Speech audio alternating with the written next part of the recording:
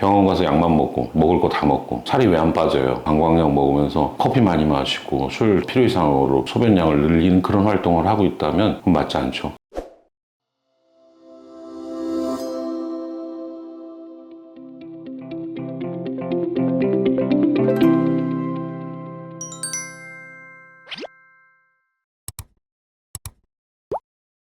벨라제의 원철TV 산부인과 전문의 원철입니다. 오늘은요, 겨울 되고 이러면 소변 자주 보는 분들 많죠. 요실금이라고 할 수 있을 만큼의 질환이 아닌데도 불구하고 너무 소변을 자주 본다, 또는 소변이 마려우면 참기가 너무 힘들다, 심지어는 이것 때문에 야간에 잠을 설치는 경우도 있다. 그러나 실제로 화장실 앞에 가가지고 내가 바지 내리기 전에 소변을 흘린 적은 없다 하면 우리가 보통 과민성 방광이라고 합니다.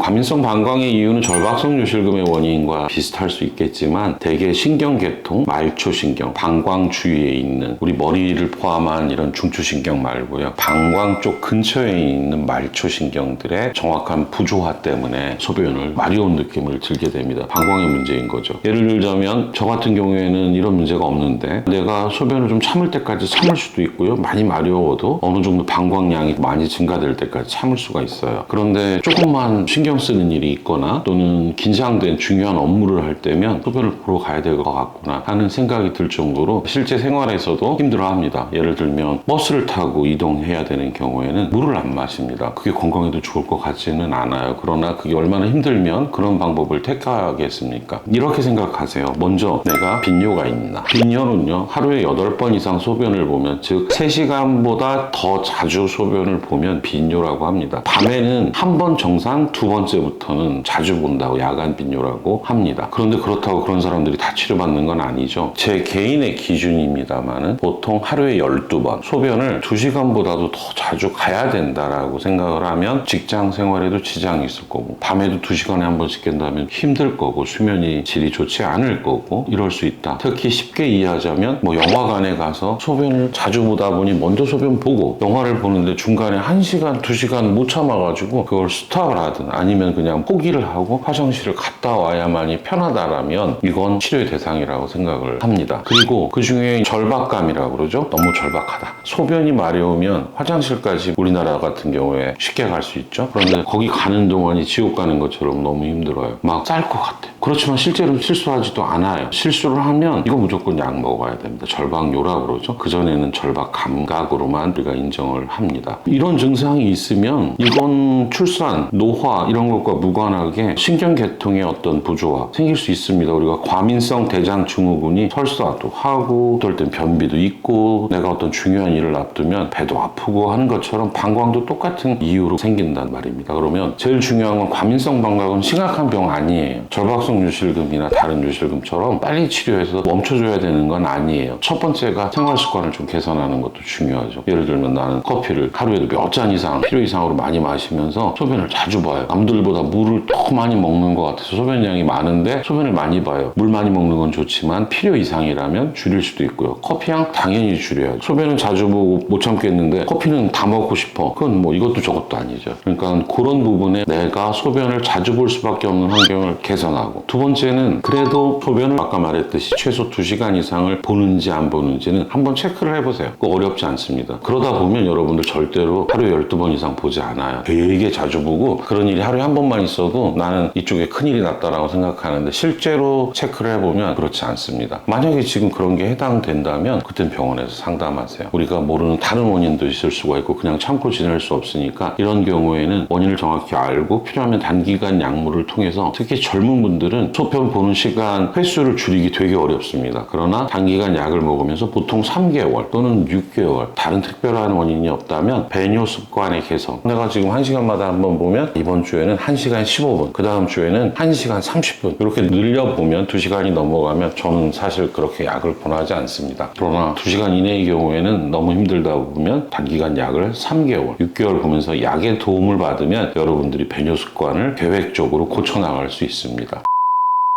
비만이 몸의 질환이긴 하지만 스스로가 고쳐야 되는 병인 것처럼 배뇨의 문제도 요실금까지 가지 않는다면 과민성 방광에서는 굉장히 많은 본인의 노력이 필요하다고 저는 생각합니다. 병원 가서 약만 먹고 먹을 거 다 먹고 살이 왜 안 빠져요? 방광약 먹으면서 커피 많이 마시고 술 필요 이상으로 소변량을 늘리는 그런 활동을 하고 있다면 그건 맞지 않죠. 배뇨 습관을 개선하고 정말로 내가 그런지 배뇨 일기라고 복잡할 건 없고요. 하루에 소변 몇 번 보나 보세요. 볼 때는 충분한 양을 봐야 돼요. 찔끔거리는 게 아니고 충분한 양을 충분히 보고 있고 얼마나 자주 보는지 정도. 가까운 병원에 가면 배뇨 일기 또는 인터넷상에서 구할 수 있습니다. 여러분들이 체크를 해보고 오늘 말씀드린 부분에 해당이 되면 날씨 더 추워지기 전에 여러분들 개선할 의지가 있다면 병원을 방문하세요. 쉽게는 아니지만 노력하면 고칠 수 있습니다. 과민성 방광은 그렇게 어렵지 않습니다. 미리미리 준비하세요. 감사합니다.